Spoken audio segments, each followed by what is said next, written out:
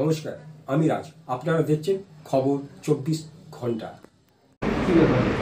আজকে জলপাইগুড়ি জেলা তৃণমূল কংগ্রেসের পক্ষ থেকে আপনাদেরকে এখানে একটি বিশেষ ঘোষণা বা বিশেষ কথা বলার জন্যই এখানে ডাকা হয়েছে। যেরকম আপনারা দেখেছেন এর আগেও রাজ্য তৃণমূল কংগ্রেসের কমিটির মাননীয় সভাপতির নির্দেশক্রমে এর আগেও জলপাইগুড়ি জেলায় আমাদের ডাবগ্রাম ফুলবাড়ি যে ব্লক, তার ব্লক সভাপতিকে যে বহিষ্কার, প্রাথমিক সদস্য পদ সহ তার বহিষ্কারের কথা যেমন জানানো হয়েছে, তেমনি ইতিমধ্যে আপনারা জানেন যে আমাদের ওই ব্লকেরই সহ সভাপতি গৌতম গোস্বামী তিনিও এই মাননীয় মুখ্যমন্ত্রীর নির্দেশক্রমে যে বেআইনি জমি দখল বিভিন্ন বিষয় নিয়ে যে প্রক্রিয়া শুরু হয়েছে প্রশাসনের পক্ষ থেকে, সেই একই সূত্র ধরে তিনিও এখন পুলিশের হেফাজতে রয়েছেন।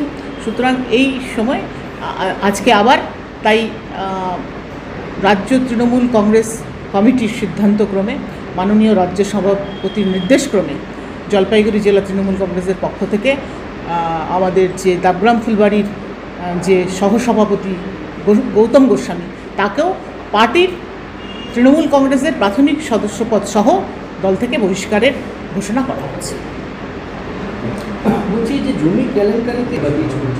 না, অবশ্যই এটা তো আমরা দীর্ঘদিন ধরে দেখে এসেছি যে এই ধরনের বিষয়গুলো চলতো। প্রশাসনকে একাধিক সময়ে অ্যাজ এ জনপ্রতিনিধি হিসাবে